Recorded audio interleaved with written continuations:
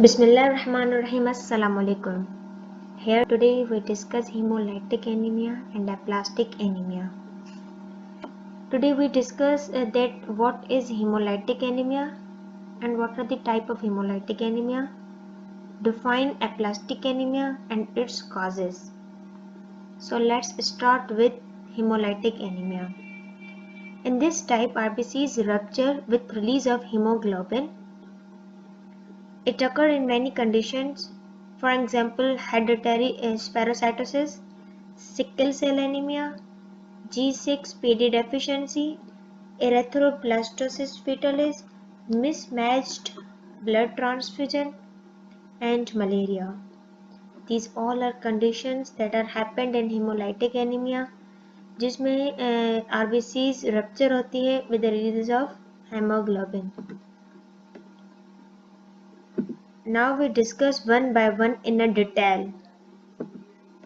First is hereditary spherocytosis. Hereditary spherocytosis. RBC are small and spherical. Lack of protein spectrum. Loss of flexibility of RBCs. Prone to rupture when passes through narrow vessels. The second one is sickle cell anemia. It is inherited disorder. RBCs contain abnormal hemoglobin, that is S. Sickle cell anaemia ये क्या है? Inherited disorder है जिसमें RBCs वो abnormal haemoglobin S contain करते हैं, जो कि glutamic acid is replaced by valine at carbon number 6 of beta chain. इसमें क्या होता है, हमारे पास जो बीटा चेन है उसमें जो कार्बन नंबर 6 है वहाँ ग्लूटामेटिक एसिड की जगह वेलाइन आ जाता है. In low to tension of hemoglobin S precipitates into long crystal. Long crystal gives sickle shape to RBCs. Membrane become fragile and prone to rupture. जब हेमोग्लोबिन जो है S वो प्रेसिपिटेट कर जाता है, इट मीन्स उसकी क्रिस्टल्स की formation हो जाती है, तब RBC जो है सिकल शेप RBCs की शेप सिकल हो जाती है. That means membrane become fragile. अगर वो मेम्ब्रेन फ्रेजाइल हो जाए that means easy to rupture. The third one is glucose 6 phosphate dehydrogenase deficiency. ये एक एंजाइम है जिसकी डेफिशिएंसी से भी हेमोलाइटिक एनीमिया हो जाती है and it is a genetic disorder. Glucose 6-phosphate dehydrogenase help RBC to work. It also protects RBC from substances in the blood that could harm them. Now the fourth one is erythroblastosis fetalis. It is a hemolytic disease for newborn babies. इसमें क्या होता है, जो कि mother अगर हमारे पास if mother is RH negative and fetus and the father is RH positive. For example erythroblastosis fetalis में क्या होता है, अगर हमारे पास मदर का ब्लड ग्रुप नेगेटिव है और फादर का ब्लड ग्रुप पॉजिटिव है, जो फीटस है फॉर एग्जाम्पल वो फादर का ब्लड जो वो डोनेट इनहेरिट करता है, तो फीटस का क्या हो गया ब्लड RH पॉजिटिव.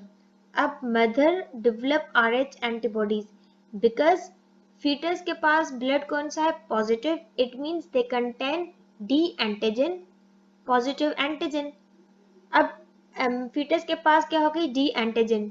मदर जो कि है वो RH नेगेटिव है, उसके पास कोई भी एंटीजन नहीं है, तो मदर क्या करेगी, उस एंटीजन के खिलाफ अपनी बॉडी में एंटीबॉडीज को प्रोड्यूस करेगी, डेवलप करेगी.